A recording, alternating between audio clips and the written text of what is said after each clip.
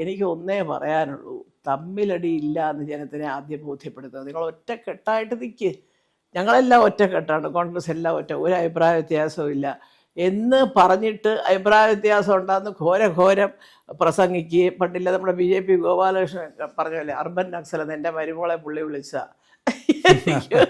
എന്ന് പറയുന്നതല്ലേ. അതുകൊണ്ട് എനിക്കൊരു 100 ആരെയും ചെയ്യാമെന്നൊക്കെ ഞാൻ വീട് അതിൻ്റെ നേതാക്കന്മാരൊക്കെ മാന്യമായിട്ട് സംസാരിക്കുന്നവർ. ഇദ്ദേഹം വലിയ നേതാവായിരിക്കും, എനിക്കറിയാൻ വയ്യ. എനിക്ക് സത്യം എനിക്കറിയുള്ളൂ. എനിക്ക് BJP നേതാക്കന്മാരുടെ ലിസ്റ്റിൽ ഇദ്ദേഹത്തിന് എന്ന് പറയുന്നതിൽ നിങ്ങളത് തമ്മിൽ സംസാരിച്ച് ഒരു ധാരണ ഉണ്ടാക്കുക. കാരണം കമ്മ്യൂണിസ്റ്റ് പാർട്ടിയിൽ അഭിപ്രായ വ്യത്യാസം ഉണ്ടാവും, ചിലപ്പോൾ മുഖ്യമന്ത്രിയോട് തന്നെ എതിർത്ത് സംസാരിക്കുന്നതിനാണ്. പക്ഷേ ഫൈനലി അവരുടെ ഒരു വാക്ക് വരുമ്പോൾ അവരുടെ തീരുമാനമായിട്ടാണ് അത് അവർ പറയുന്നതും ഒക്കെ. അതിനകത്ത് ആ ഒരു രീതി എല്ലാ പാർട്ടിക്കാരും സ്വീകരിക്കും. പിന്നെ ഞാൻ ആദ്യം പറഞ്ഞതിൻ്റെ തൊട്ട് അണികളെ കൂടുതലൊക്കെ സംസാരിപ്പിക്കാതിരിക്കുക. എത്ര വലിയ വിദ്യാഭ്യാസ യോഗ്യതയുള്ളവരും ഈ അണികൾ സംസാരിച്ചിട്ടാണ് വെറുത്തു പോകുന്നത്.